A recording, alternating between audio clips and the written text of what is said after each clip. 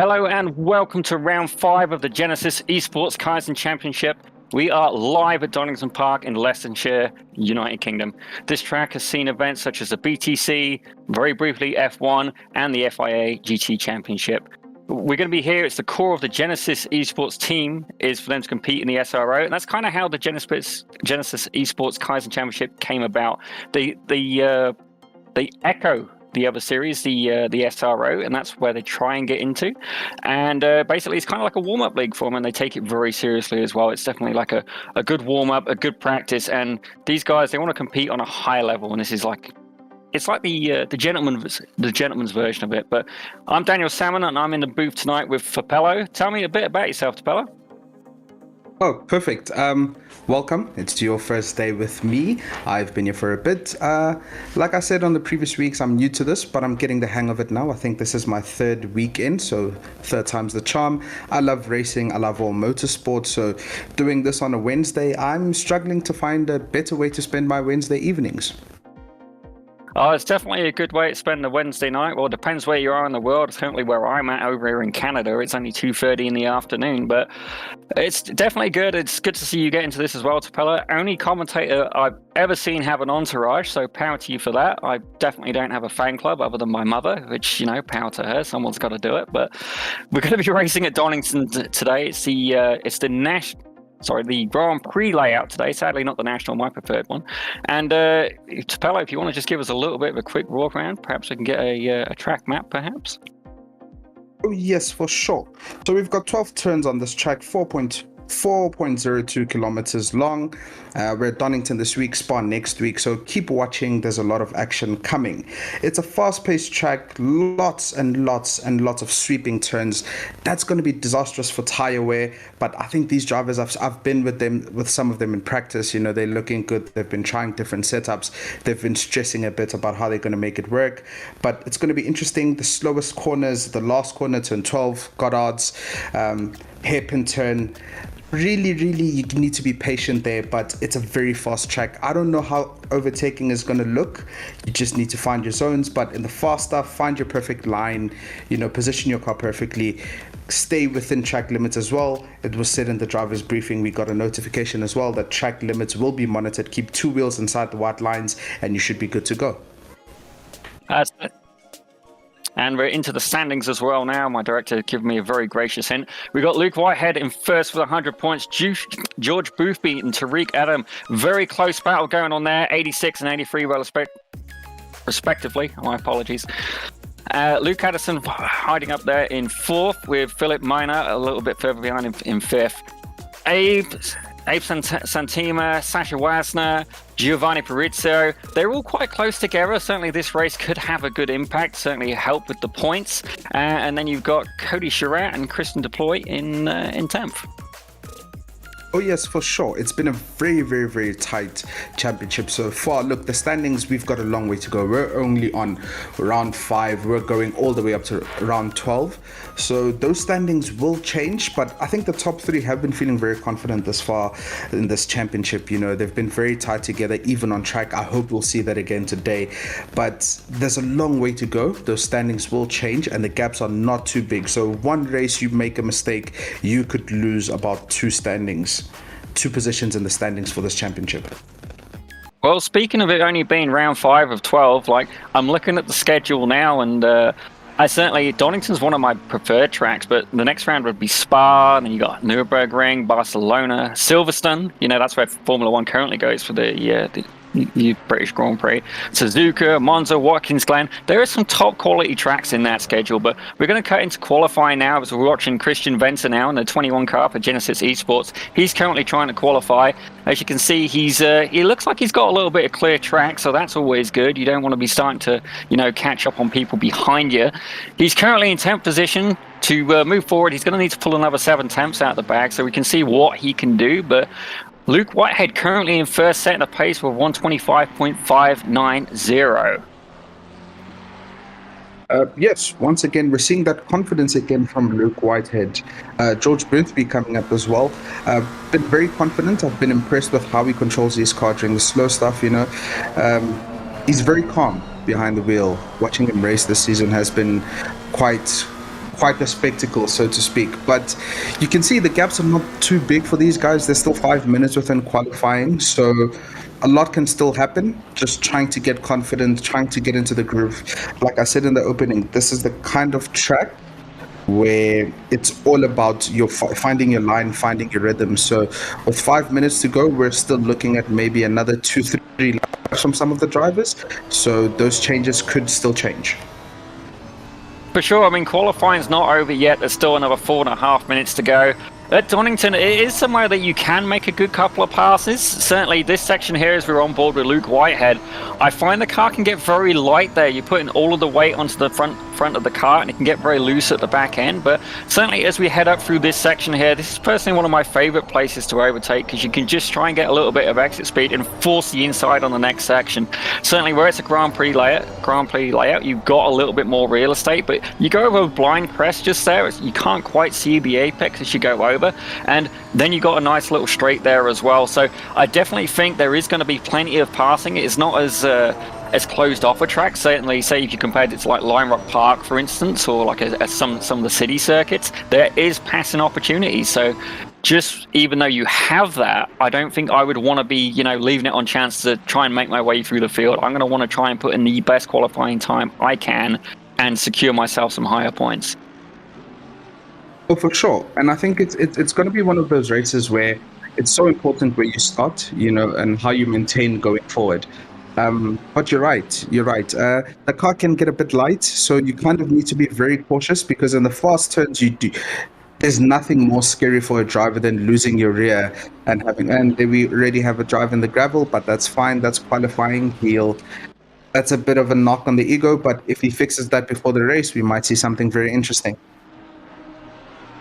And we're live with Philip Bernard. He's currently in third place. He's only about 2/10 behind George Boothby of the 23 car. And I remember I did a little bit of homework there, Tapello, and I was watching at Bathurst. It seemed that the McLaren was quite a strong vehicle. It looks like it's not got the domination today. I mean, I'm seeing quite a variance. The Lamborghini, McLaren, Lamborghini, Ferrari, McLaren. It's very random at the minute. There isn't any particular manufacturer that's dominating. So from the previous races, Tapello, what can you tell me that, where some of the cars have excelled particularly? Like, is the McLaren faster on the straights? Tell me a little bit more about what you've noticed. Yeah, for sure. It's a bit of a shock for me as well, just to see, how many manufacturers are thereabouts a day. But one thing that was very crucial in the previous race, and we saw it as well in Bathurst, and more specifically in the Hungaroring, was just how good the McLaren was out of the slow corners. It had very good traction just to get that initial acceleration. However, the Lamborghinis looked very good under braking. And that's where you can see them try and make up some time on the cars in front. Definitely. But I'm certainly, as I'm looking through the field, we've got BMW. I'm only seeing one of them on the standings right now, and the same with the Mercedes AMG. Now, these guys who are racing, they keep the same car all season as well. So once you're in, you are committed to that. But it's good in some ways because you start to get more accustomed to the car. Now, Tapello, are you able to tell me, are these guys running is it a fixed setup? Is it open setup? Are they having to be the race engineer as well? Yes, I've heard a few guys talking during their practice sessions, and they've been experimenting with a few setups during the different rounds. However, what's very important to understand about this championship is you can change a car mid-season. However, you forfeit all the points you've accumulated thus far, and you're back to zero if you switch a car. So definitely it'd be a very high-risk maneuver to do it. Not sure that it would pay off, but it depends. I know whenever I've driven a Porsche GT3, I find that the weight balance on that, it just catches me unawares, and I end up basically redecorating the wall on a frequent basis. So myself, I've always generally done well with the front-engine rear-wheel drive cars, or sometimes some of the mid-engine ones. The Ferrari GT3s I've always gotten pretty well with, but certainly the McLaren can be a little bit of a widowmaker in its own right. But as we get to the end of qualifying now, with only 30 seconds left to go, I'm having a quick look at the timing, and I don't see Luke Whitehead being challenged right now. He currently has that best lap. I'm not seeing anybody. There's a couple of personal bests going in, but nobody's hitting the pink marker on the timing. So this might be in the bag for Whitehead right now, with Boothby close behind in second. But as we look through the field, there's not a huge gap separating anybody, and I find that having an outrageous qualifying pace is one thing, but that's completely separate from racecraft. I mean, being able to run a fast lap is amazing, but you've not got the same kind of repercussions if you make a mistake. So sometimes you've just got to dial it back a little bit and, weigh up the risk versus the reward. Certainly, when I was taught I say taught sim race, my mentor in sim racing, Mr. C.R. Reed, he always taught me low risk, high reward. And certainly we're going to see how that pays out for these guys tonight. But as we end qualifying there, got about another minute or so. We'll take a quick look at the standings very shortly as we see Philip Menard. He's just managed to land second, pulled one out the bag there. Whitehead taking the scenic route. That's something we were talking about. Hey, we might see some fast laps towards the end.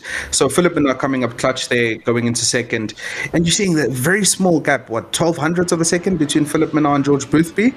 So it is very interesting, and we're seeing again that it's different manufacturers. Again, we've got two Lamborghinis in the front, but then we've got a McLaren, a Ferrari, then McLarens and Ferraris. So we are going to see that variety. But you're right, going into the race, it's good to get a fast lap, get that upper starting position, so to speak, from qualifying. But once that race begins, it's how good your car's going to be on tires, how confident you can be just to drive within yourself, maintain that pace, and just keep aware of what's happening in the race. Because sometimes you just need to drive and let the race come to you instead of trying to catch it. You're exactly right. I mean, as I'm just looking at the end, it looked like Dave Edvardson, the number 16 car, the BMW, he managed to climb up the standings a little bit right near the end as well. So that's fantastic news for him. But that's qualifying complete as we're going to head into the race now. And I'm looking forward to... I'm looking forward to seeing how these guys are going to start. I did watch some of the previous races, and the talent from these drivers was just incredible. Is there anybody in particular there, Telepo, who you think is really, people we should watch? I know certainly Luke Boothby is certainly on my hit list of people to keep an eye on. But then the guys in pole, you're going to watch the guy in pole, right? Of course, and naturally that's where our eyes gravitate. But I want to say, have a look at Tariq Adam. He's been very confident coming into this race. He had a very good race last week at the Hungaroring. He looked very good in defensive Bathurst in round 3. So he might be another person to watch. Luke Whitehead, again, he's in pole, so that's the easy choice, but he's there for a reason. He's also been very confident so far. So I think you're going to see a few battles around the track. It's never a done deal. I think in Bathurst, we had an overtake for a last point scoring position, literally in the last corner of the race. So it's going to be interesting. We've got a lot of guys looking to score some valuable points in this track. Oh, for sure. And certainly, as we look at the season as well, there's nobody who's really run away with it. So you're saying about how you had a pass last race, or Bathurst, where it came down to the last corner. If we can get racing like that, then I'm going to very much enjoy commentating it, especially because for me, while I like to have, there's good competition, there's people who can really drive. To me, it doesn't matter what position you're in so much, as long as you've got somebody to play with, somebody to battle, someone to challenge you. And just watching the Formula 1 at the weekend, if you've not watched it, I apologize for the upcoming spoiler, but between Perez and Alonso, I mean, that was on the line. It was literally millimeters in the difference for that third podium spot. And if we can get racing at that kind of caliber tonight, albeit without the fancy hardware, I'm okay with that. 100% okay with that. Yes, Daniel, you're a man after my heart today. Talking about Formula 1, those are the kind of finishes that we can expect in this championship as well. We've been very ecstatic, David and I, who unfortunately isn't here today. But you'll see, it's such a competitive championship. The guys are so close, and what I like is there's a very keen kind of emphasis on driving standards and just pushing yourself. They're not doing a lot of reckless things, but they are very competitive with each other. They try and be clean. You'll see some brilliant moves going into corners in the braking zones, brake 2 meters later than the guy next to you. So it's a very interesting championship, and I've said this week in, week out, I am so impressed by the level of talent that we see in the Genisus Esports Kaizen Championship. I can agree with that. But as we're going to have a quick look now at the grid, hopefully in the next couple of moments, just standing by 1 second. I apologize. I apologize to anybody here who thinks I seem a little bit rough around the edges. You're not wrong. It's the first time I've actually commentated with these with the fine people here at Genisus Esports, and it's certainly I'm going to use their own principle now. Is that it's about constant improvement. It's like a Japanese principle, and the good thing is starting at the bar I'm at now, it can only get better. So, as we have a look at the grid now, it looks like they're doing currently an out lap. I'm looking forward to the first corner. Certainly, as they're going to go over the straight down Wheatcroft and into Redgate, I think there's going to be some moves going into Redgate. But certainly, turn 2, not the best place to pass because turn 3, it gets so shallow, I find. And then, as I said, going into Old Hairpin, you really, the back end's going to get light as you stamp on the brakes and then try and get set up to go around Starkey's Bridge, up through McLean's, through Coppice, and continue the rest of the lap as the thing has just gone and zoomed on me. Yeah, for sure. It's such a tricky thing because going into turn 1, Redgate isn't really that heavy a braking zone. So as much as you decrease the speed, but you're still carrying a lot of speed through that corner. So it is going to be a pinch point. We might see some contact. We might see some spins. But it's going to be interesting. If you can stay there or thereabout throughout the first lap, if you can stay in touch with the guy in front going into the S's, that looks like a brilliant overtaking position. Then you head into turn 11, the Melbourne hairpin. That's another good overtaking position. Set yourself up to start the lap, go through Goddard's again, and then that's a lap of this beautiful circuit. Absolutely there.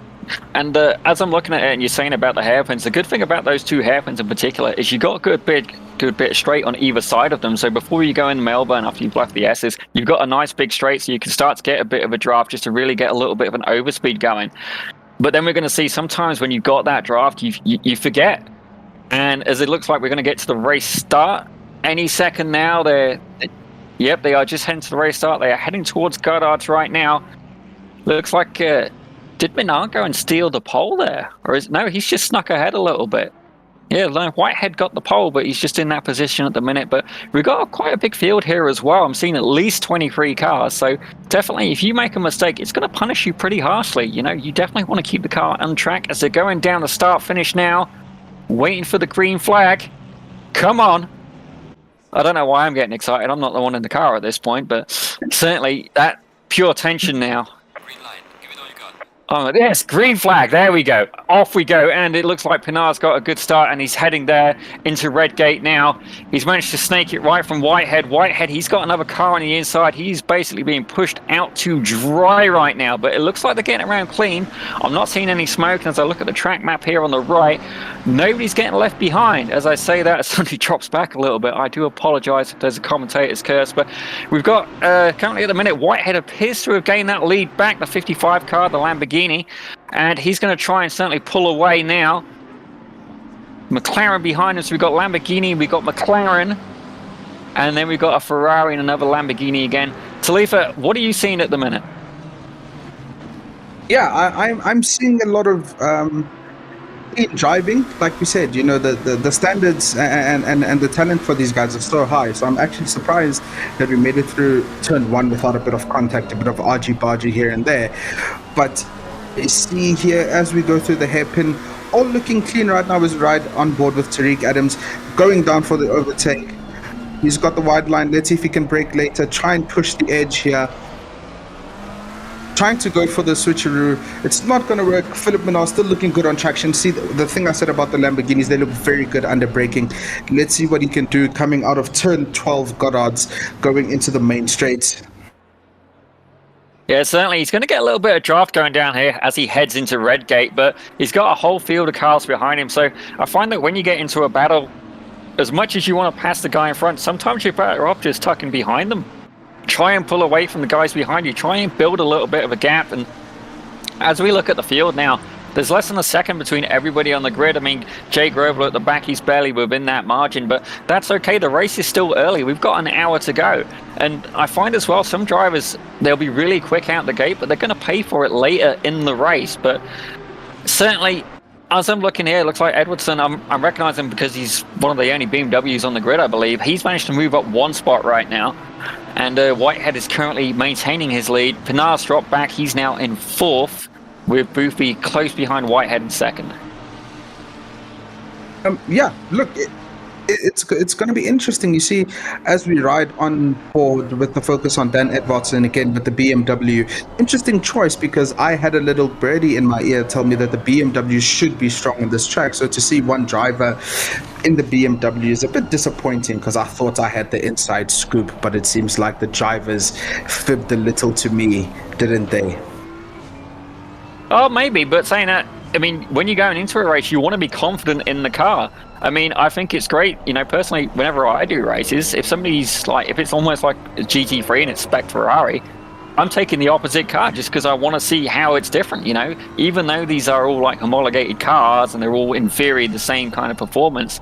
In a lap time, yes, okay, they may do a similar lap time with the same kind of driver, but it's not just about that. One car can be quicker on a straight, one car can be quicker on the braking. As you said, the Lamborghini seems to be pretty hot on the brakes, but it's all about like where the car is at its prime strengths. But certainly it's good to see Edvardsen there in the number 16 BMW.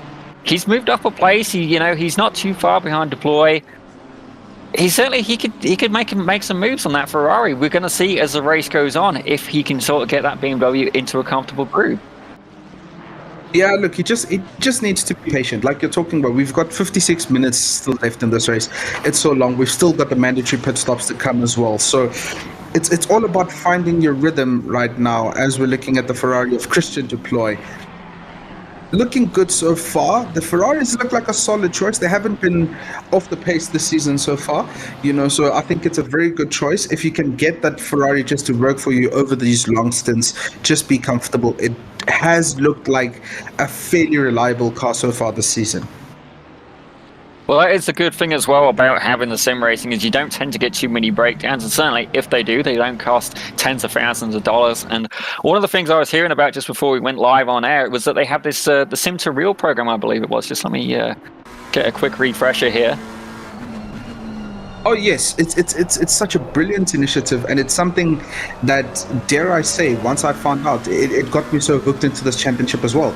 So they're trying to get the pathway from sim racer to actual racer, and we have one of the examples of such the path in Tariq Adam, who actually had a chance to race in the Toyota GR Cup this year, and I was actually very fortunate enough to see some of those races in the flesh around tracks like Swarkops here in Pretoria.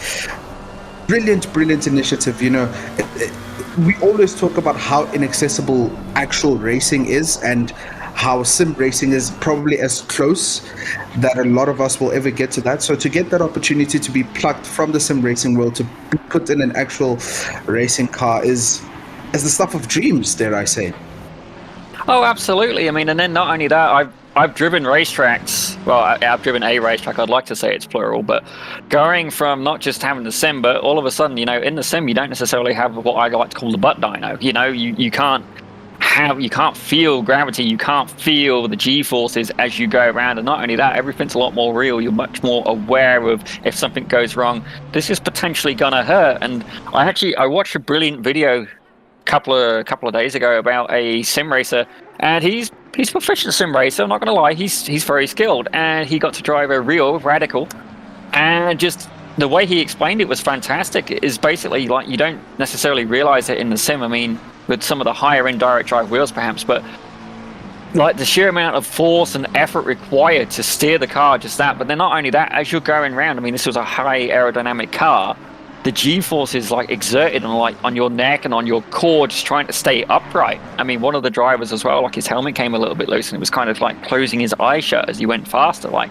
you don't get that in the sim. So for Tariq to get to go and experience that in person is fantastic, and I'm genuinely happy for the guy. And I think perhaps where the old days of, you do karting and then you'd move forward and that's how you would find drivers for a lot of these professional real life in-person series. I think that's starting to change now. I think sim racing is coming more and more into it. I mean, I remember Gran Turismo, they used to do the GT Academy. I think that was the first I ever heard of it, where if you won top 10 it was, they actually put them in real race cars and some of them became race car drivers. Yeah, and I think unfortunately I found out about that a bit too late, but you're right. It's such a brilliant opportunity, and as we see here on track, a lot of these drivers have the mentality to just remain calm. Seems like we have a 10-second time penalty for car number 19, shoot in position 18. I wonder what that was for. The stewards have been very strict so far this season. We've seen drive-through penalties, we've seen 10-second time penalties, we've seen 5-second dive bomb there. Oh, that's going to be something the stewards are going to be looking at very, very keenly. I think that's taking a big bite that you cannot possibly swallow. That was a bit of a late move. It was definitely a little bit ambitious. Certainly push to pass is not a technique that is generally encouraged. I mean, I know they have that button in Formula One, but it's not the same implication. They have like a hybrid system and like a battery deployment. Pushing the other guy off the track to do it is definitely not the preferred technique. I mean, I can appreciate sometimes the car gets a little bit loose, but I'm sure the stewards will be having a look at that. And you got to weigh up again, low risk, high reward by taking that high missed maneuver. He's already been penalized 10 seconds, but perhaps he's going to get penalized again. I don't know if it was the same incident, but he's certainly on the radar of the stewards, and they're definitely taking a look at the incident for sure. As we're live here with Abe Santana. Sorry, Cody. We're on to Cody now. My apologies. Cody Sherratt, I believe I was watching him in some of the previous races as well. This guy can drive. Like, he was definitely putting in a good thing, and he's chasing Abe Santana. He's only like 4 or 5 attempts behind him, and certainly that's not a big gap, but as you look in here, you know, you see Abe's going a little bit wide there, maybe a little bit late, too late on the brakes as they're going down the front straight, but the field overall is pretty together right now. I can see there's a couple of people who've come astray. They're quite heavily separated back. Shoot, Mr. I'm guessing, served that penalty. He's quite far back now. But he's got his work cut out. And I'm hoping he's going to make a move. I mean, that's what it's all about. The best races are the ones with the most passes. What do you think, Tilappa? Yeah, look, I think... sorry. Don't worry about it. Yeah, I think you're right. The best races are the ones where you get some overtakes, you get some close action, you know. Like they always say in GT racing, a bit of touching is a bit of loving. I think the move we saw there by the Ferrari was a bit overboard, but we should see that. And I think, look, a 10-second time penalty is disastrous, but this early in the race, it just allows you some time to get back. You know, if you can come out of those pits, serve your penalty, then set consistently fast laps, find your rhythm again, you can actually make up a lot of time, as we've seen so far this season. And I love that it's been pointed out in the live chat for this race, ladies and gentlemen, that Donington is separating the boys from the men. These are the biggest gaps we've seen this season yet. And it's true. I think some guys have made really positive starts. You know, you're looking at Luke Whitehead in position 1. He's just under a second ahead of George Boothby. But you know, these guys have been so close this season. They will bunch up again as this race goes on. They will definitely touch each other more, and we will see some more incidents going into the mid part of this race. Oh, for sure, but I got to ask as well, you'd know this better than I would. That 10-second penalty that the 19 car of shooters picked up, can he go in, do his pit stop? Can he do that and then like just sit as if they would in Formula One, where they basically have the timer and then work on the car? Or does he have to basically do that as a separate incident? Yes. So for this championship, we have mandatory pit stops. And you'll see the notification come up around mid-race that the mandatory pit stops. That's usually where they'll serve their penalties. They'll go in and that will elongate their pit stop. So it is a bit of a disastrous thing to have a 10-second time penalty. But if you go early, because we've got the pit window open for about 10 minutes, 10, 20 minutes, if you can go in early, get the 10 seconds out of the way, then go out, put some fast times on your second stint, that's how you kind of negate a penalty. But in a race with a bit of big gaps like this, a penalty is going to hurt you, that's for sure.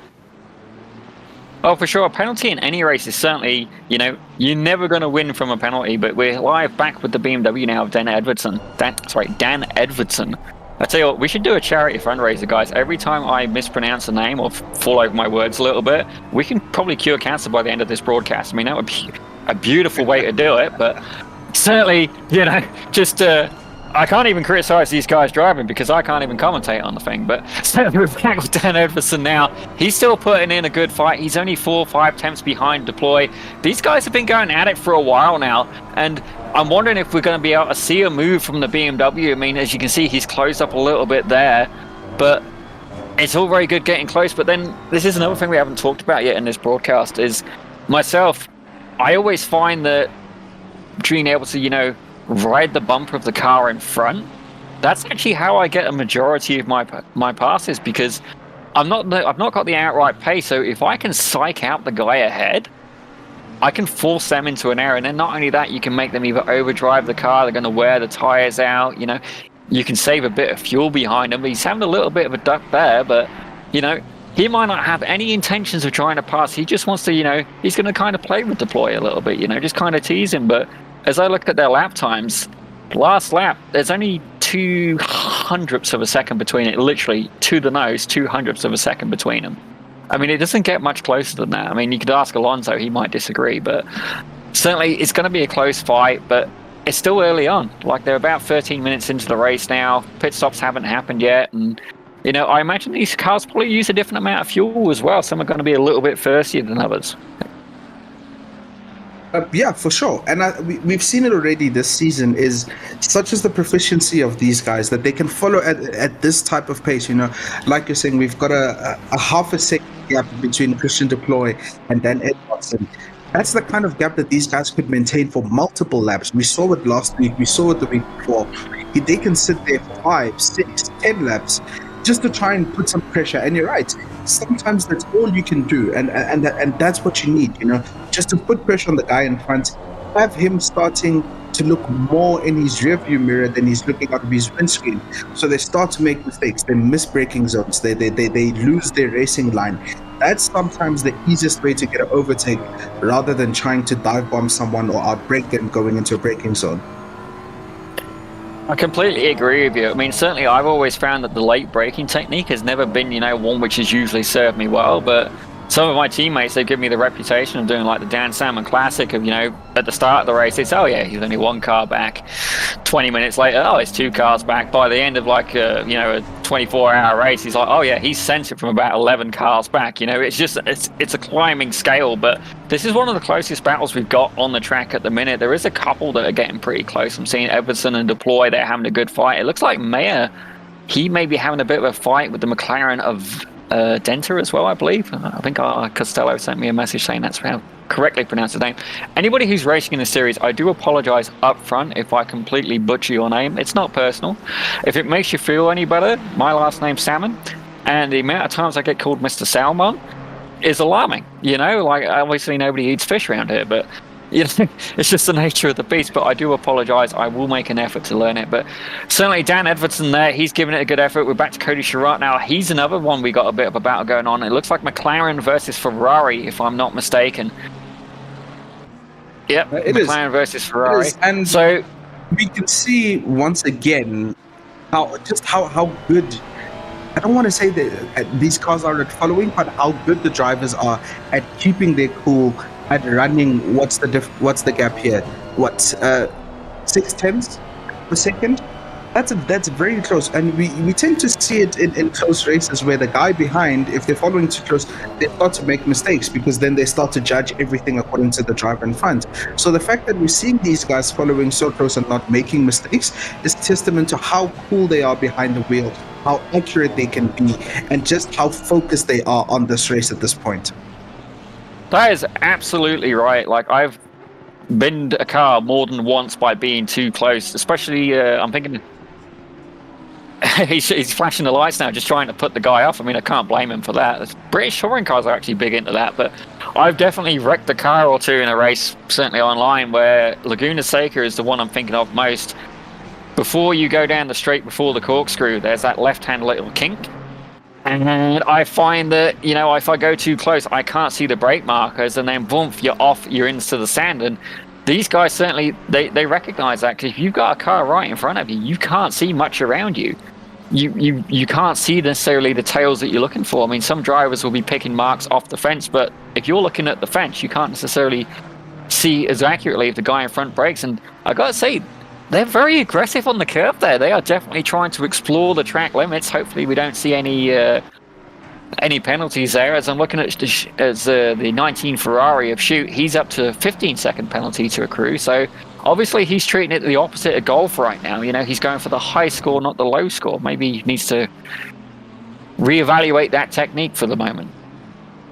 Yeah, I think you might have been listening to our commentary where we said he could get away with a bit of an extra time penalty here and there. But as we're seeing again on board now with Dan Edvardson once again, just under 4 tenths behind Christian Duploy. You see he can close up so much in the braking, but you can just see the difference in traction on corner exit. Christian Duploy in the Ferrari just able to pull that bit of a gap that's probably preventing the overtake so far and just allowing him to keep in his position. But what's interesting as well is these duo have now caught up to Cody Surratt in position 7 in the 13th Ferrari. And now what it does is now you've got a 3-car battle for position. That's a very, very different consideration when it's 2 cars where they're either attacking or defending, because now you stand to lose more and there's more variables now. There's more drivers, there's different trains of thoughts. It becomes an infinitely tougher situation to race in. Absolutely, but it looks like Santana's managed to pull away a little bit there from Surratt. But I do find in this series especially is we do get the team cars. And these guys are all alone right now. There is no teammate there. I am seeing it is going to come in and save them. And I gotta say, I am quite a fan of the paint job on that Ferrari of Cody Surratt. I mean, there's a few of them around rocking it, but it is one of the nicer paints I've seen. And I'm not just biased because obviously it's the same series kind of deal, but that looks classy. And obviously being from the UK, there's a bit of red, white, and blue in there. So I mean, hitting merits on all avenues for me, but I'm looking forward to this. It seems that yes, the McLaren of Santana, he has definitely pulled away a little bit, but I wouldn't say he's out the woods yet. The question is, can Surratt manage to keep Duploy off his rear bumper and try and close the gap on that McLaren ahead of him? Yeah, I think that's what we're seeing now, because we're seeing a bit of a difference in the pace of the drivers. Because even if you look at the timings right in front, Luke Whitehead has started to build a bit of a gap to George Boothby. Now the gap is at 1.7, and George Boothby, in addition, has started to pull a bit of a gap on Luke Addison. It's 2.8 now, that gap. So we're starting to see some drivers kind of set it into their limits. Like you were saying, setting a good lap in qualifying is not the same thing as maintaining a strong race pace. So that's what we're seeing now, that some drivers have been able to just find their rhythm a little bit quicker, and they're starting to open up those gaps. Absolutely, and it's not over yet. Over the course of an hour, I find I've generally had more, high success rate in endurance races, because a lot of people, when you get into a race, if it's longer than 15, 20 minutes, they don't necessarily account for the fact that, okay, my tires may, start to suffer from this. And even though the tire can have a lot of life left, and you start getting a little bit too much heat in there, it just starts getting slicker and slicker, and you lose traction, and you start to overdrive the car, trying to correct for it. I find sometimes, especially with the endurance races, if you gradually build up to it, and not just like on the pace, but in terms of like how much you're pushing the car and your own performance, it becomes more of a a relaxing experience, and you're in more control. Right? You go in all guns blazing, going for the full Rocky Balboa, Charlie Sheen effect. I'm trying to remember which movie it was in. Hot Shots Part. That's what I'm thinking. Where he just goes in with the big machine gun and stuff. But are we going to get a pass? Oh no, that is too close. And there's a couple of cars wrapped up in that, but it looks like they got away with it for the most part. Martin Lindrup there, I've got a feeling the stewards will be having a quick look at that. It looks like the Genius Esports car managed to get away, but still suffered as a result, but definitely not the way you wanted to do. Tim Bayer now, the Garage 59 squad. He managed to get away with it as well. It's a very crucial time to get contact, as we can see. The window open, as we've spoken about. And just for the viewers that are watching this race, if you can see, the exit of the pit lane is exactly on the racing line going into turn 1 red gate. So there was a notification given to drivers that the onus is then on the guys that are on the live track to give space to guys that are coming out of the pit lane. So it's going to be very crucial, as drivers are now going to take their pit lane since the pit window is open, is that how do you manage that second of disturbance, where you have a guy coming out of the pit lane who's going to be significantly slower than a guy who's been barreling down the straight going into turn 1. That might cause a bit of issues, but I think the drivers are good enough, and they've paid attention long enough to know what to do in that kind of situation. And we're live at the battle between Addison and Philip Minnaar right now. Now, Minnaar, he started up in second. I mean, it was kind of like a between second and first, he was pretty cheeky at the start, but he's going a battle right now with Addison, and he's not that far behind. It's about 9/10, but he can see the car in sight. It's certainly, right now we have the Greyhound chasing the hare. I'm not saying which one's which, but it's generally, it's a metaphor at least, you get the point. Neither of these guys are particularly slow. They definitely know what they're doing, but he's certainly, he's got to try and wear him down. But again, if you're in Minar's car right now, are you going to push? I mean, I don't know what this guy can do for pace comfortably, Say you can go and put in the best lap and be the fastest lap of the race right now. If you can do that, that's great, but you have to maintain that. Just being able to send it for one lap is not enough. It's too long a race for that. I mean, the question becomes do you need track position or do you need the car to last? Topello, what do you think is going to be the outcome of this battle? Yeah, I was slowly keeping an eye on it, and I could see Minar just eat into the gap bit by bit, lap after lap. And now we see he's kind of dropped off a bit slightly, but I think he had some trouble going into the S's, just dealing with those curves. But if he can maintain this, and looking at the pit window is open, I'm trying to think from a racing strategy perspective. If you're trying to go too long for an overtake and the driver in front is keeping you or is holding you back, would it not be advisable to take your pit stop just a bit early and get out on those fresher tires and try for the undercut? Oh, absolutely. I mean, we've seen it work time after time, but pit window won't open for another 16 minutes, so he's long for the ride at the minute. I love that graphic. That's fantastic. But it's one of those things as well where, okay, if you can't get past the guy or you're going to go and roast the tires in doing so, maybe you just got to sit back and try and coast. You got to weigh up the risk versus reward. You see Deploy really exploring the track limits there, but he's got Edvardsen right on his tail, but then it's not like he can try and run away because he is on the tail of Chirac right ahead of him. These guys, they're getting a little bit of a band going. I mean, we've got a guy on the bass, we've got a guy on the guitar, and we got somebody doing vocals. I don't know who's doing which. I don't know if I'd want to find out, Generally, guys who can drive, very rare they can sing. I mean, I can't do either, so, But it's certainly Ferrari, BMW. That's how it stands right now, but Edvardsen, he's been behind there for a little bit. I've got a feeling he's running out of patience, and he's going to soon force the issue on Deploy.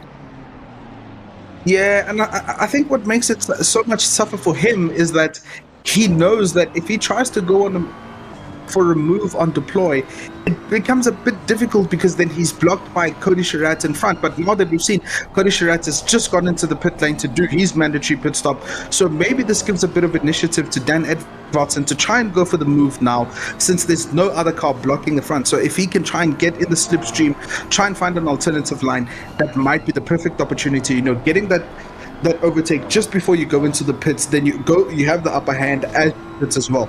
And we mentioned at the start of this race, these guys are so comfortable at following each other for a long time with this kind of gap. The gap currently is 0.3 of a second. And can you say that Dan Edvardsen is feeling phased? Not at all. He's looking confident. He's maintaining his line. I just think he was biding his time. But like you're saying, I think he's running out of patience. He's going to look for the move fairly soon. I think he's going to go for it because now Deploy, he's lost the toe of Cody Chirac. He doesn't have that car pulling him along. That Ferrari is not punching a clean hole in the air for him. And I think that could be what Edvardsen needs. I mean, I'm cheering for him purely because he's got a BMW on the grid and he seems to be the minority in doing so. I mean, not only that, I mean, I've got a BMW as well. It's currently on jack stands, but that's a whole other different problem.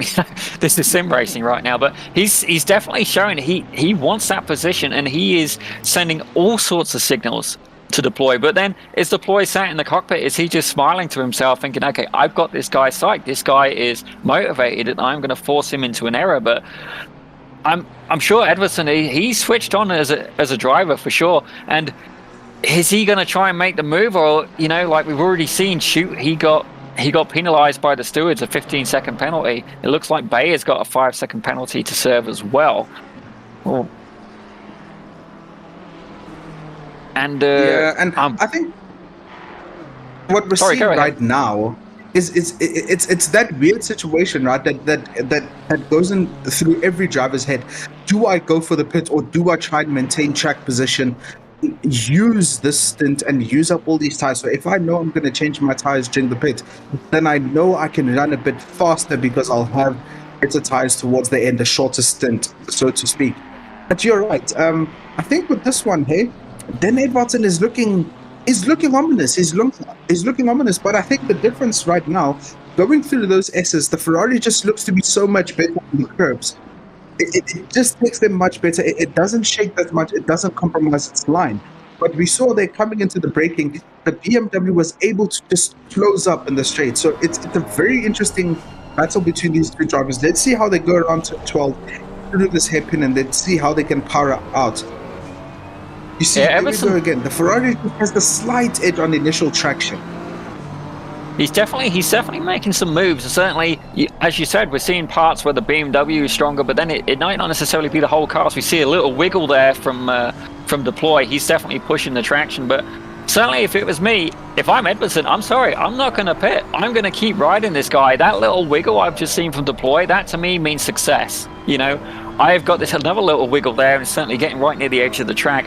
I'm going to keep pushing this guy. I'm going to keep him under pressure, because sooner or later, you know, you can only slide the car for so long before it will bite. And not only that, I'll be saving fuel behind him and myself. I'm a much quicker driver if I have somebody to chase. I'm much more proficient and I get more enjoyment out of it. And I find it's actually easier to concentrate. If you just ask me to go run laps and laps in clean air, I don't find it as exciting. I want a car to chase. I want somebody to play with. I mean, I was talking to you earlier before we started and went on air. You've done a little bit of sim racing yourself. And how about yourself? Do you prefer the clean air, or do you want someone to play with? Do you want to be trying to psych out the guy in front? You know what, Daniel? You're right. I've actually struggled with this, that when I run in clean air, you know, by myself, not really depending from anyone, not really chasing someone, I kind of lose my race pace because I don't have anyone to gauge against. And finally, there we see Christian Deploy going into the pit lane. Let's see what Dan Edvardsson can do with some clean air, maybe for the next 2-3 laps or so. But yeah, to be honest, from a personal perspective, I struggle when I'm alone. I struggle to maintain my pace. I just, dare I say, I lose some rhythm. So sometimes it actually helped me to be following someone, trying to catch up to someone. That's how I can maximize on a stint. Absolutely. Like, as I'm looking now, these guys are really exploring the track limits. And I find that if you get too close, you can't, you know, push necessarily as close. I mean, these guys, I've got no doubt they are better driver than me. I wouldn't even come close to these guys. But I mean, he almost looked like he was 4 wheels off there. I'm not going to rat him out to the stewards. That's not my job. But certainly, you know, if you want to carry as much momentum as you can, you've got to really cut some of those corners. And it looks like he's going for the move. We've got Ferrari alongside the McLaren, a little bit of a weaving there. We've got Henry Mayer. He's putting up a good fight. Is that Santana he's fighting? No, it's Bursma. Bursma? Am I saying that right? No, it's all right. You see, and that's what we're saying. It's trying to find that small tenth of a second where the guy in front of you just gets a poor exit and you can try and capitalize. That's where it becomes so important. But yeah, look, this racing is very technical at this point, right? We're not seeing a lot of overtakes, but what we're seeing is a lot of drivers trying to set each other up, following very, very closely. Oh, and then we just see Fenter going a bit wide, going onto the grass. Luckily, he didn't lose it there, because oftentimes if you get on the grass like that in a high-speed corner, your car will give you problems and it will switch around. You know, there's a bit of a running joke so far this season between the commentary team, in that where would I be? You know, if I was in the race, where would I be? And looking at how these guys are going, you know, Daniel, I can confidently say I think my car would be somewhere on its roof at this phase of the race, because their speed and race pace is so impressive that trying to keep up, and the fact that these guys can keep up with each other is super impressive. I can understand that completely. I know Mr. David Christie, the gentleman I feel very honoured to cover for today. Fantastic commentator, driving not the same kind of talent, I understand. Certainly not on the sim. I may have checked out a couple of his broadcasts, and I do intend to tease him about it a little bit later. But, you know, for now we can roast him while he's not here to defend himself in a pleasant way. Much love for David Christie, but these being GT3 cars and it being a track that I'm familiar with, you know what? I wouldn't have it on its roof. I think I would definitely explore the track limits maybe a little bit too much. I don't usually run ACC, but it's certainly a sim I've been trying out a little bit more. I don't fully understand it yet, but I think I could get around. I don't think I would have the pace of these guys, but the beauty of a larger field as well is you can nearly always find somebody to battle with, and to me that's the best part of it, finding that person to battle you, to challenge you. And it's like they were saying earlier, it's that principle, just trying to constantly improve. I mean, if I try and get this, the Kaizen, that is exactly that. Let me have a quick look. I had a nice summary of that written up here. Kaizen. Let me find it. Bear with me here. I need to put my old man spectacles on. I need to put my old man spectacles on. You're hitting all those marks. You're hitting all those marks.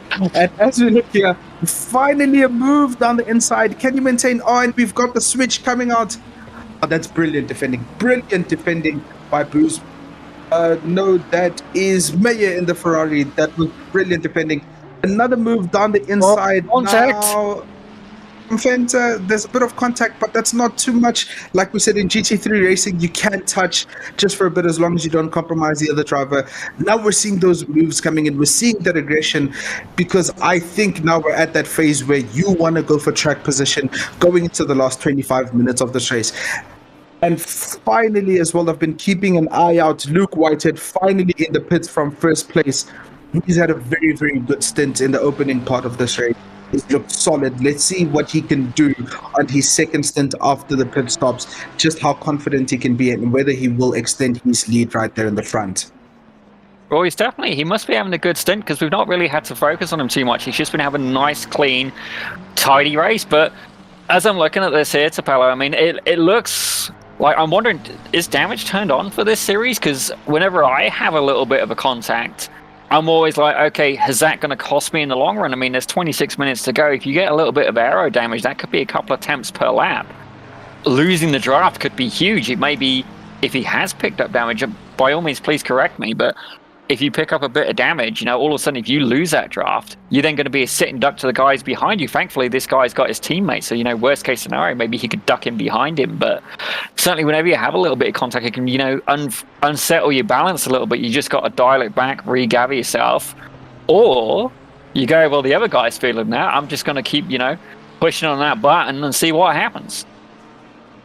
Oh yes, just some news for you, Daniel. The damage is on.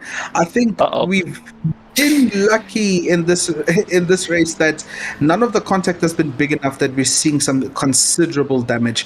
But I remember in the last race in the Hungaroring, we saw a lot of drivers struggling with damage from contact, and it was very tricky because a lot of them had damage just after the pit window closed, so they had to run the rest of the race with a limping car, so to speak. So damage is on. So yeah, you're right. You don't want to risk contact. You don't want to get damaged. Like, we've got just 5 minutes of the pit window open, so it's a very tricky time. But as we're seeing here, Christian Fenter just losing a bit of touch on Meyer, as we saw them make contact earlier. But now I think it's about finding your rhythm again, setting it up over 2-3 laps just to attack once more. And we're going to go to a different battle now, having a look at Luke Addison and Philip Menard. Now, these guys were starting to go at it a little bit earlier, the Ferrari versus the Lamborghini battle here. Philip Menard on a Genisus Esports car, the number 33. Obviously, Addison's not been able to run away with it, It's certainly, they've been keeping each other honest. I'm not sure I fully understand the expression, but I get what's implied, You're keeping the other person on their toes, on demand. You can see them just tucking a little bit of a wheel in the dirt there, and I feel like an old lady as I'm just kind of flicking my hand, just gesturing at the same time. It's pointless. You guys can't see me on camera, for which you should be very grateful. I'm not the best looking guy. But as you can see, Menard, he's certainly pushing there.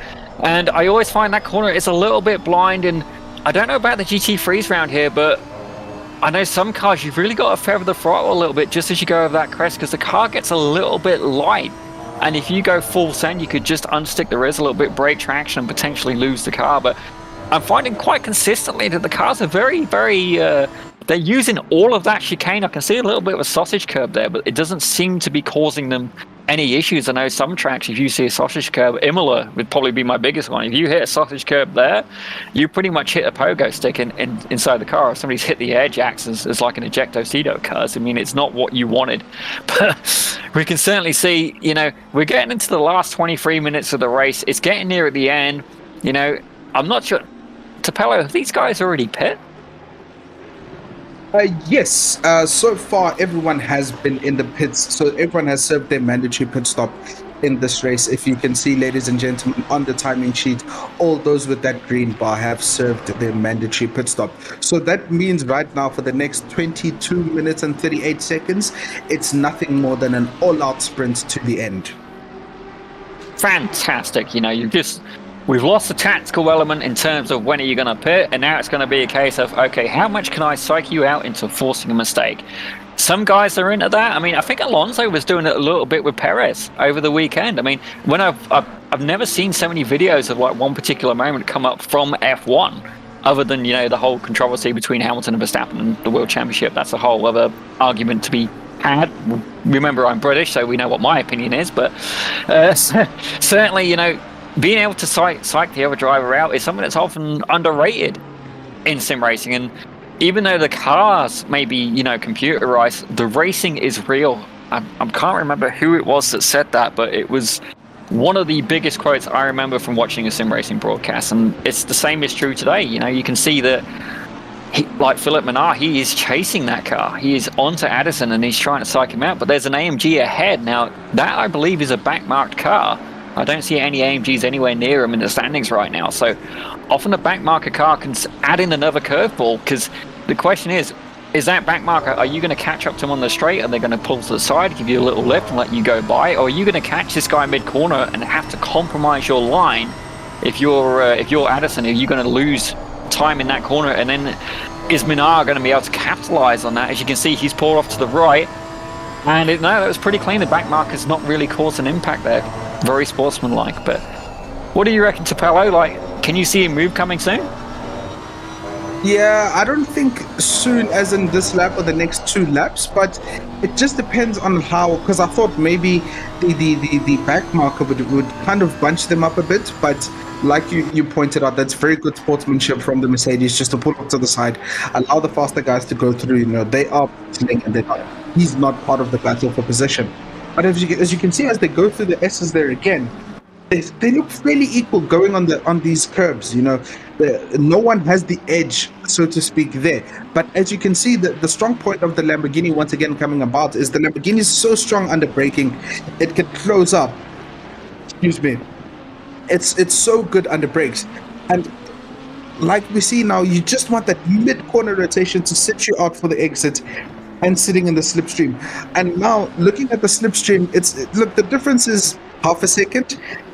That's a bit of a good gap to have, at this phase of the race. Maybe they just need to be patient. If Minard kind of, I don't know how do you do it when you're in the car, but you just take a break, you kind of relax your muscles for a bit, just to allow yourself, not to be on edge, so you can see clearly what the guy in front, if Addison starts to make a bit of mistakes, he slides here and there, then you can capitalize on such instances. Exactly. I mean, I'm just looking at the points right now. So if you want to take that podium position, I mean, obviously we're race drivers. Everybody wants the podium position. I personally love brassware. I don't have much of it, and I don't mean like cooking pots and stuff like that. That would be a very cheeky way of getting brassware. But I mean, trophies for like motorsport or other accomplishments and stuff like that. I don't need a cabinet. I'm definitely not in that realm. But if you finish in 3rd place, you're going to get 25 points. 4th, it's 4 points behind. Now, we'll take a look at the standings a bit later, but certainly, this could be what this guy needs. And even though we're only on round 5 of 12, you don't want to be leaving points on the table. I know I did a season of Spec Racer Ford once, and I won by literally a couple of points. I'd like to say it was outright, but it was for my division, which at the time was very low. It wasn't the next season, but certainly you don't want to leave anything on the table. Now, Tapello, do they have drop weeks with this series? Yes. Each driver is entitled to 1 drop race that they can take, but you're right, because of that, in a 12 round season, you have one drop race. That's still 11 opportunities for points that you really don't want to leave any points on the table. And like you're saying, it's so tight at the top. So there's another advantage as well, coming around, finishing on the podium, is that you get to be interviewed by the great Daniel Salmon after the race. So if that was the motivation for me, I would be pushing to finish on that podium one way or another. If that was me, I would have wrecked the car, said forget it, don't even start it up. Oh dear, it's a good job I've not got a camera on. You would have made me blush. Actually, you can tell you've been working with Mr. Christie because he has a similar kind of talent. I don't know what it is about you guys. If only I could get this kind of flattery from the opposite sex, I'd be feeling much better about being me. But this battle's still going on between Addison of the Genesis Esports car, and he's got Philip Menard behind him in the Lamborghini, the 33. It's not let up yet, certainly. Again, they've only got 17 minutes left to go, but even if he gets past,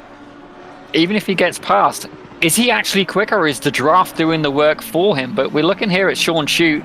This guy has definitely been very popular with the stewards today. Definitely, they've not been giving him presents. Certainly more of a, you caught our attention, here's a time penalty. And, as we saw one of the incidents, like, justifiably so. I'm sorry, Sean, but yeah, that what you deserved. But he is currently chasing Lindrup in the McLaren, the 31 car. And if I look at the best lap times for these, there's quite a variance. It's almost 9/10 of a second in the best lap. Shute is in theory a lot quicker, so I'm wondering if he's going to be able to dispense quite quickly of Lindrup. But knowing that he had that 15-second penalty, he would have dropped back down the order. And, we know he's got the capacity to be quicker looking at the lap times, so is this just like a nuisance to him? As you see, Lindrup, he's defending that inside line a little bit there now, making that McLaren as wide as possible, and Shute's thinking about sending it into the chicane, rather him than me, but he's lost a lot of speed there by doing that. I think if I was him, I would be trying to tuck behind that McLaren as much as possible and then try and get him on the corner exit rather than the entries. You see, he looked like he went a little bit deep there. Yeah, I think trying to get the overtake going into the S is a bit tricky. It just gets too tight. So I agree with you there. Just try and stay behind of the McLaren going into the S's, and then try for the overtake going into the hairpins, either the Melbourne hairpin or going into Goddard. That seems like a better overtaking opportunity. But it's worth pointing out in this championship that the top 15 finishers of each race score points. So there's a lot to play for in this race. I know the gaps have opened up throughout the field, especially within the top 10. There's kind of relaxed gaps. I think the biggest challenge we have now is between Philip Menard and Luke Addison. But these things change. We called it last week, and I'm sorry to say the curse of the commentator is a thing where we said, you can score points all the time, and then there was a change in position literally with 1 minute to go. So there's still a lot to go with the remaining 15 minutes of this race. Well, I was just actually having a look at the championship standings right now, and as I'm looking at that, Luke Addison, he's currently in 4th with 77 points. But if I look down, it took me a little while to find him. Philip Menard is currently 24th. Like, he's tied on 24th. He has only got... Well, he's got no points yet. So, you know what? This guy is motivated, but perhaps he's taking the high road and he's saying, you know what? If I get those 21 points, that is going to be a big difference to me. Is I'm going to try and do some very quick mental math. It's been a few years, I've not got my old man spectacles on, but if he got 24 points now, that would move him from joint 24th all the way up to, bear with me, he would be 10th in the championship standings. You know what? I don't think I would be risking a race to make that move. I mean, don't get me wrong. These are race drivers. They're keen. They want to go. It is like the alpha presence within inside you that wants to push. But I'm being told here by one of my comrades that he changed cars, so went back to 0 points. So, okay, he's at a bit of disadvantage, but the point still stands that he will move heavily up the field if he can go and land these points today. Don't get me wrong. 25 points for third would be nice, but 21 is still going to make a big difference in his championship standings. Oh yes, for sure. And it's something that we spoke about, especially in the beginning of the race, is that, look, this championship is so tight and there are so many rounds to go that any haul of points becomes so important to any driver, and that's what we're talking about a mid-season car change. you lose all your points. So, but as you can see there, Philip Milan lost all his points, but it's not the end of the world. So he's in good position in this race. He's in P4. He can get into the top 10 of the standings once again. I'm inclined to agree with you, Daniel. I would just hold position. He's got a bit of a comfortable gap to the cars behind. I'd just maintain at this point. Try and keep my nerve for the next 13 minutes, get that haul of points and keep it going. For sure, attrition can be a huge part, especially when it comes to points, and these guys have only got one drop week, but we're back with Sean Shute now. I think he's really making his way through the field. It looks like the car ahead of him managed to get past that McLaren pretty tidily. And it looks like the McLaren's almost been nothing but a hold-up. That Ferrari just sailed past, and it looks like poor Sean Shute, he's stuck behind him. But he's not having the best day here with the penalties and stuff like that. But if I have a quick look here, is that Lindrup ahead of him? Am I correct? That's Tariq. Tariq is lapping the field. Damn, that's why. You go, Tariq. To let the faster car go past. I was going to say, well, this could be good, maybe he can tuck behind Tariq. I was wondering, I hadn't heard about Tariq for a little while, and I know he's a very capable driver. I was wondering where he's at, but these guys at the top of the field, they've just been having such a clean race. The battles have all been further back in the field. And it just goes to say about that point I was having earlier where, you don't have to have podiums to have the best races. Like some of my best races can be fighting for 15th, 20th position in an 18-car field, but I can get beat by the pace car. I've got this kind of talent some days. It depends on what track I'm at. But if I'm Sean Shute, I'm certainly going to try and stay behind Tariq. We know Tariq is a very successful driver. He's currently third in the standings with 83 points. I'm going to try and tuck behind him. This might be the week where Sean Shute goes, you know what, I think this one's going to be my drop week. I imagine your lowest points is automatically dropped. You wouldn't choose it. I mean, why would you choose an event with more points? But it certainly made the gap there a little bit greater between him and Lindrup. Yeah, and I think what's so interesting as well at this phase of the race is looking at Tariq Adam. He had very, very, very, very good races at the Hungaroring and at Bathurst. So this is still a very good finish for him. He's comfortable in P5, and it's a term I've coined. I'm gonna own it. I think I heard it somewhere, but I don't care. No one's gonna stop me. It's my line now. Sometimes you need races where you're boring, we don't talk about you, we don't see you, but you're scoring points. And that becomes so important in the championship. Well, exactly. And it also becomes, like I'm rooting for the underdog here. So Edvardsen, he's still rocking 8th place. And if I go and look at him in the championship now, let me have a quick butchers here. Again, I need to put on my old man spectacles, but I remember I think he had a Swiss flag. He did. He's currently 14th in the standing. So if he gets this 8th place now, let me have a quick peek. Let me look at the other screen. 8th place would be 11 points. That would give him a nice little bump. We're giving him a tidy bump. He would be on 23 points, which I'd like to say would put him in X position. But of course, everybody else will score points as well. And while I may be okay at mental arithmetic, I can't calculate mentally 26 plus drivers all scoring different. I do not have that capacity, I will admit. If you can, by all means, please apply for a position at, I don't know, NASA, MIT, I don't have that kind of brain power. But as we're looking here at Luke Addison, he's in 3rd position. Pinar still hot on the chase for him. These guys really haven't let up, They're definitely pushing each other, but I'm wondering if Pinar's going to make that move. He's got less than 10 minutes left, but again, I don't think I would be risking it. I would be happy. The 4 points, is it worth it? That low risk, high reward. 4th position at 21 points is nothing to shake a stick at. It's not something I'm going to be going, you know what, that's a drop week, Especially tracks like Bathurst, for instance. That is not a forgiving track. If you survive Bathurst, you've won part of the race, scoring points, well, that's just a bonus, What else can you see there being in the race schedule there, Tapello, where you think, you know what, this could get a little bit dicey? Which tracks would be the hot spots for you? Look, I think Spa is always a good race. It's a track that always lends itself to brilliant racing. But I think round 8 in Barcelona, that's a very technical circuit. It's very technical. You have to be so right in your setup as well. It's a circuit that tends to be make or break for a lot of drivers. It's either you're very good at it or you're not. So that's a race that if you're someone who's coming into this championship and you don't know what to look forward to, round 8, 29th of November in Barcelona, I think that's a race that I would just put in my calendar that I would want to watch.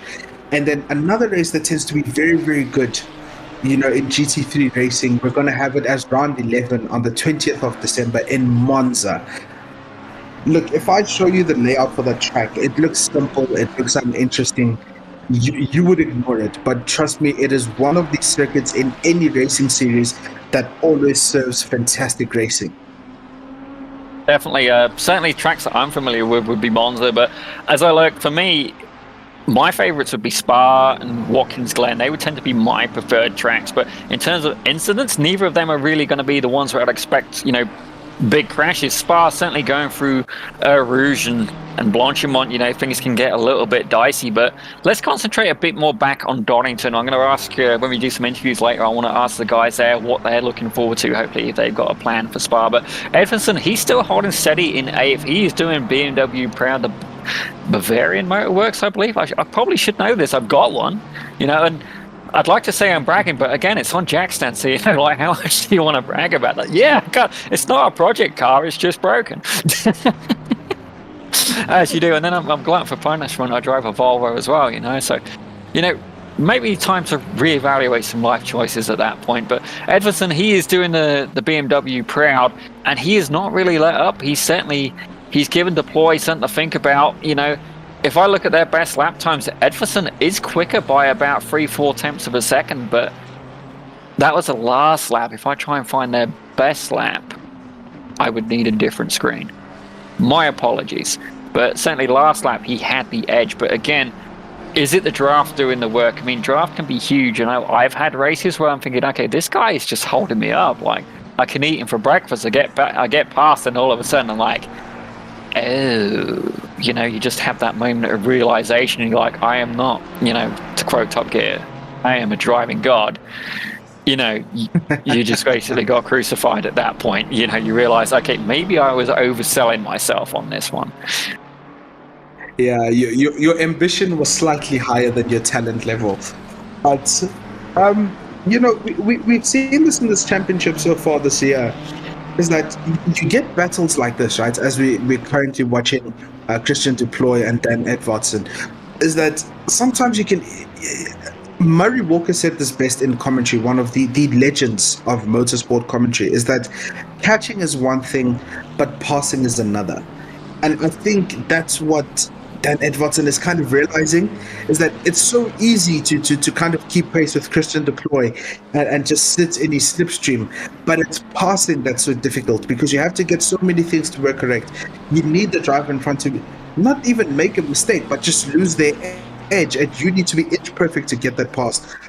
I think we're seeing a situation where he can follow, he can be comfortable, he can keep pressure, but it's just that last nth of an effort, it's just that last 1% to get the overtake that's missing at this point. Well, not only that, I mean, is he able to stay there just because of the draft, or does he have the actual pace? I mean, he's getting incredibly close. Like, Deploy is certainly, I don't know if he's going to need a wing mirror after this. We can just print a copy of Edvardsen's car and just put vinyl on there for him. That's basically been his view for the majority of this race. But, time is ticking down. He's only got 4.5 minutes to go. There is cars a little bit further ahead. And, they appear to be cars for position, but they're far enough ahead. I don't think they're going to run into him at this point. But certainly, if you're going to make a move, you need to be getting onto it sooner. And I know that, for me, Spa is the best example track I can think of for this. But sometimes you've got a time when that moment is to pass. So, all right, you could try and pass somebody going through turn 1 and then go through Rouge and all that. But then you're going to get nailed back on the back straight. So come the end of the lap, did you actually gain the position? No, you didn't. You've got to time the pass. Now, with Donington, I don't know if that's the case. I don't know if it's a case of, okay, when is the best time to pass? I think you just need to get past. Edvardsen, please put the hammer down, use that beautiful V8 in the BMW. I believe it's a twin turbo as well. I mean, personally, turbo in my world make everything better. Not just for the whoosh noises, but I mean, it's free power. You're using exhaust gases to make power. I mean, what's not to like? All right, external dump valves do make me smile as well. But I can definitely tell you're a BMW owner. I can definitely tell. They speak the same language. I use my turn yeah, signal, you're so. right. Oh no! Don't lose your speed points on commentary with me, my friend. Come on, Daniel. No, but you know what? I think you're right. We're getting at that point of the race. You look, 3 minutes to go. It's make or break territory. It's either you're going to risk it or you're not. And I think for someone like Dan Edvardsen, maybe time is getting too short where now he'll start to consider just holding position, banking the points and living to fight another day. But I'd ask you, Daniel, what would be going through your mind? Do you sit and bank the points, or do you go for the Hail Mary and try to get that point in? If you miss that, then you can settle back and try and bank the points. That is an absolute fantastic question. Question. I should have done like the whole tongue twister warm-up things, but to be honest, if I heard myself doing it, I'd want to kick my own rear end. But certainly for me, in this standard of field, if you're in a series where you've got some newer, less experienced drivers, I tend to err more on the side of caution because you don't know what to expect from them. I mean, the biggest thing in racing is, say you go off a racing line, especially with like a back market, they brake suddenly in a corner, it can destroy a race. But these guys are competent individuals. You know what? I'm going to be making the move. I've sat behind this guy. I've been wearing him down, and he's been giving it the little bit, having a little quick, peekaboo around the corner, just trying to make a little bit of a, hey, I'm still here, but I've not really seen him try and force the issue yet, but they are definitely closing up on the cars ahead. This wasn't the case, actually. Is that Tariq ahead of him? Maybe somebody can fill me in. There's Christian Deploy. That's who he's chasing. And no, it is a car for position. So, you know what? We may end up with a freeway battle here. If Deploy can really, put the nails on. But with only a minute and a half left to go, I don't think there is the time. But he's probably been getting a bit of a draft off Santema that's helped pull him along. But that could be what's been stopping Edmondson from making that move. But I got to say as well, the graphics are absolutely fantastic in this. I really enjoyed commentating on it. And a huge shout out as well to our director, Robert O'Brien, first time working with that individual. Gareth, who's been helping us in the booth as well. And Topello, whose name I've got wrong more times than I would care to admit. Please don't watch back the broadcast and counts. It's fine, I acknowledge this. It's been great working with you guys so far as we do this Genisus Esports Kaizen Championship. Yes, and I'll give you some praise as well, Daniel. Like I said, I'm still fairly green in this role. So the job for me is to fully embody the Kaizen philosophy, get better week after week. And my whole thing is to learn from whoever I'm working with. And the production team that we're working with behind the scenes, they've been so helpful. They've been so giving with their advice. And you coming in today, it's been great. And I said this to David over the past few weeks, is he's my friend now. And I think I might have found another friend with you, Daniel. We've bounced off each other today. We haven't had a lot of time to set this up, but we've had such a great race and we've had so much fun. If you want to come back, the door's always open for you, my friend. Oh, you say that now, but it looks like we've had the checkered flag there from Luke Whitehead. I believe he's white flag. My apologies. I've got so many screens going on, and I'll be honest, I'm a guy. I'm not particularly known to be able to multitask, I could make some other jokes at my own expense as well, but I fear of offending anybody else. I'll avoid that, use your imagination. But it's been a really clean really clean race there by Luke Whitehead, but him, Boothby, Addison, we'll get to them later, but right now the battle is with Christian Deploy and Dan Edvardsen. They've been the ones going at it. It looks like Santama, he managed to sneak away a little bit, but I'm wondering if Edvardsen can deliver right at the end. I mean, he's run out of time. It's got to be now or never. I mean, I'm hoping he's going to live forever. I don't know the rest of the lyrics, but I would love to do a musical pun in there as well. I think actually the English football team once for a World Cup in like the 90s, when they were getting interviews, they did the same things. They tried to see how many song lyrics or titles they could get in. I'm not that talented, but power to him. Alan Shearer, he was a hero back in the day. But in front of the white flag lap there, as Luke Whitehead, he comes around the fight checkered flag. My apologies. Somebody needs to slap me with it. But he comes across the line, celebrating, flashing the lights on that Lamborghini, and that is an absolutely fantastically clean race. George Boothby there in second, with Luke Addison in third. Philip Menard never quite able to get the edge on Addison in fourth. But you know what? It's going to be some good points for him. Tariq Adam, we didn't hear much from him as well. But as I'm looking at the cars coming across the line, I'm seeing a lot of Genesis, not Genius, they probably are as well, but Genisus Esports cars coming across the line, which is always great if you come across the line with your teammates. Deploy manages to hold it back from Edverson. You know, I'm sure those guys had a great race, and you know what? For me, that was the race of the race, you know. Tapella, can you try and rephrase this for me? You know what I'm trying to say. I'm trying to get the words out, but please put a spin on it. I know exactly what you're saying.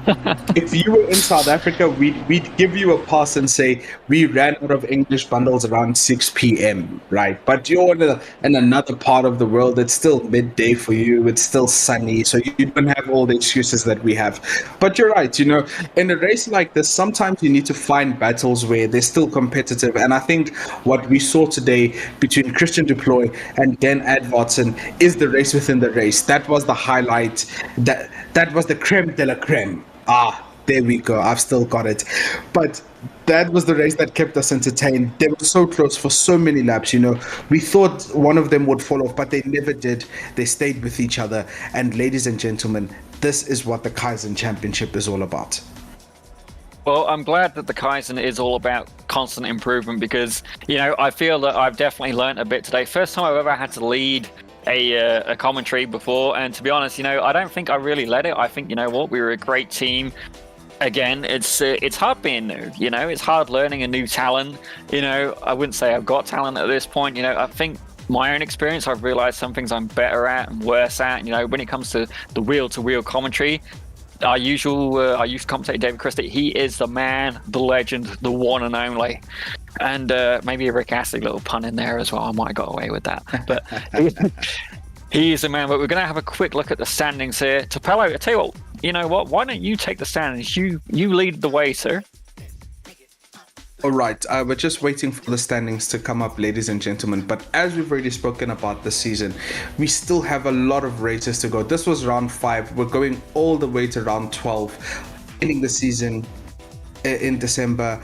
But I am just having trouble. I'm not seeing the standings on my side, ladies and gentlemen. But it is a close season, and the races will continue. They will come up thick and fast, and it is going to be a competition between all these drivers. And we hope that we will see you, and no matter how tough it gets, these guys are so competitive. I've listened to a few of them talk after the races during practice. They're up for it. They're really up for it.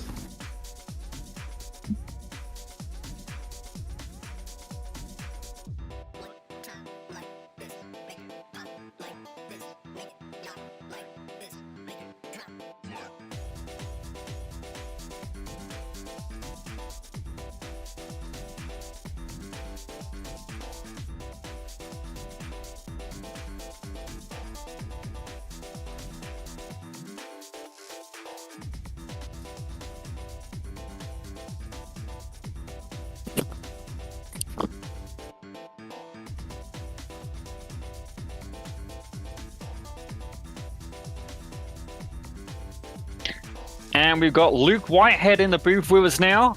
Luke, it looked like you had that race slam dunked from the start. It seemed that turn 1 was probably the most hairy moment of the race for you. Tell us a little bit about how it went and, you know, what your race really entailed, because from what we could see, you just absolutely cleaned up. Yeah, well, first off, good evening, everyone. Hope you're all doing well. Yeah, it's pretty much as you said, really. Turn 1 was probably the most intense moment of the race. You know, obviously just making sure we maintained that track position. And then once we did, it was pretty plain sailing. I cruised around, you know, wasn't really pushing for the first half of each stint, and then got the hammer down when everyone else's tyres started dying off. And then that just meant we could pull away even further every single stint. So, yeah, it was pretty perfect. Pretty perfect, to be honest. That's definitely the way you want a race to go. Certainly, You've had the pace going through the championship. You're current leader, 125 points going in. If my maths are correct, you get another 35, putting you at the 160 now. We're going to Spa next. How do you feel about Spa in comparison to the Donington Grand Prix track today? I'm not entirely sure. I mean, I know the McLaren is going to be miles quicker than me, so I know that it's going to be a guaranteed, I guess, P4, P5 at best, because I think the McLarens are just going to absolutely clear up, because they are about half a second quicker than the Lambo. But with every other car, I don't really know. I think I can still grab a top 5, but it will be damage limitation, because as I say, there's a fair few McLarens on the grid. Obviously, George and Santema and Tariq as well, all in the McLaren. So it's gonna be tough to beat those guys, but I think I'll do my best and limit the damage, so to speak. So Luke, tell us a bit more. You're worried about these McLarens. What is it about them, just so we can understand here in the booth? What is it about them where they're not necessarily getting an advantage? Because in terms of lap times, it seemed that, like I was watching some of the older races, Bathurst in particular, that the McLaren seems to be stronger in some tracks than others. Is it like a downforce thing? Is it setup thing? Tell me a bit more about what you've experienced and what you can bring to the booth on that. Yeah, so the McLaren doesn't have a lot of drag. So at the low downforce circuits such as Bathurst and also Spa, it is just a lot better down the straights. And also with at Spa, its BOP is very much in its favour. I think it had minus 40 kilograms in the in-game BOP after SRO. So it's a lot quicker than every other car. It is just 3 or so tenths quicker than everything else at Spa. And then I mean the Lambo is okay at Spa. It's not as quick as the McLaren or the BMW or the a couple of other cars, but it's okay. So I think I can still be up there, but as I say, the McLaren is just about half a second clear of what the Lambo can do, unfortunately. There's not really much I can do about Spa, but we've done the best we can with the car. Obviously the car was very strong here today, been very strong throughout the season. We've done the best we can with it. So, can't do any more than that. Just got to keep going, keep doing the same job. And as I said, limit the damage, because as I said, I think Spa will probably be our drop round. But, we'll see. To be honest, I think you're being a bit harsh on yourself, Luke, because while like you're saying it's like a 3-tenth gap, but you know what? There's more to just posting quick lap times, and certainly if you can get in a draft, especially at Spa, I think you can do well. But you know what? Let's focus more about that next week. But is there anybody you wanted to thank while you're in here in the booth? Yeah, well, first off, I want to say congratulations to Luke and George for the other podium positions. It's a great result for those two. Also, GG's to Philip Manar as well. First race in the Lambo, and he finished P4, which is really, really strong for him. And I think he could have been a lot better if he'd got a better start. And also a massive thank you to Sim Racing GP and Genisus for holding this championship. Every week. It's as I said, it's a new championship. It's a very good championship. It's been well run, which is by people who know what they're doing, which is also very positive. And also, just generally thanks to everyone watching. I hope you enjoyed the show. Well, ladies and gentlemen, that was Luke Whitehead, our race winner and championship point leader, driving the Lamborghini GT3. And Topello is here. He is catching up with Mr. Boothby. Hello. Right. After such a perfect race, so competitive. George, first, let's start it off. How was that for you? Yeah, that was a really good race. I think in quali I could have got P2, but McLaren's just not on the pace of the top cars here, so I wasn't expecting to really beat Luke in any way, unless maybe you got a drive through or something happened, maybe with a back marker. But so you've always got to, it does happen. So you've always got to, try and keep yourself in the game. So I just drove as perfect a race as I can, and to be honest, like that. I could not have gone quicker. I beat all the times I did in practice, in the race, and it was super consistent. So yeah, to be, I think I was less than 5 seconds away from Luke. I was well happy with that, because at least by the LFM BOP calculations, it should have been about 15. So I think I did a really, really good race, and yeah, I'm happy. I love this track. It's probably my favorite track of all time, my local track as well. So yeah, it's getting a good result here is always really happy, really, really good. So you basically had home ground advantage, and that's what we love to see. And I just want to get your thoughts. How were you feeling? You've finished on the podium multiple times this season already, and we're heading into Spa next week. How are you feeling ahead of that? I'm feeling good, because that's a track where the McLaren is just like ridiculous. So I should hopefully get a good result there. I know Tariq is really, really fast. He's been doing some really good performances, so I'm sure he'll definitely mount a challenge. But yeah, the goal next week is to try and come away with a win and close down that championship gap to Luke. Fantastic. I appreciate the honesty and I love your energy. I can tell you're very excited about finishing on this podium. Lastly, as you've seen, that the name of this championship is the Kaizen Championship, and as we've spoken about on commentary, obviously you haven't heard it, but it's a Japanese philosophy about continuous improvement. The minimal steps you take to get better week in, week out. How does that go into your racing exploits, and how do you embody that philosophy week after week, race after race? I mean, like I just give it my absolute all. Like whenever I'm in a race, like sometimes it might not go well, sometimes it does go well, but you always, like I say, just pick yourself back up and however the race goes, and on to the next one. And I know I think my last race I got a drive through here, so it wasn't. It was at Hungaroring, so that didn't go too well. But you can't focus on the past. You got to look forward and. Yeah, just give it your all. So that's what I try and do every race. Try and treat every race as if it's like, as if like you're being judged. Like this is, you gotta show them your best. So that's what I try and do. I love it so much. I love the energy. I loved watching your race today. Again, another stellar race from you. Thank you so much, man, and have a good day going forward. Cheers. Thank you. You too. Thanks, man.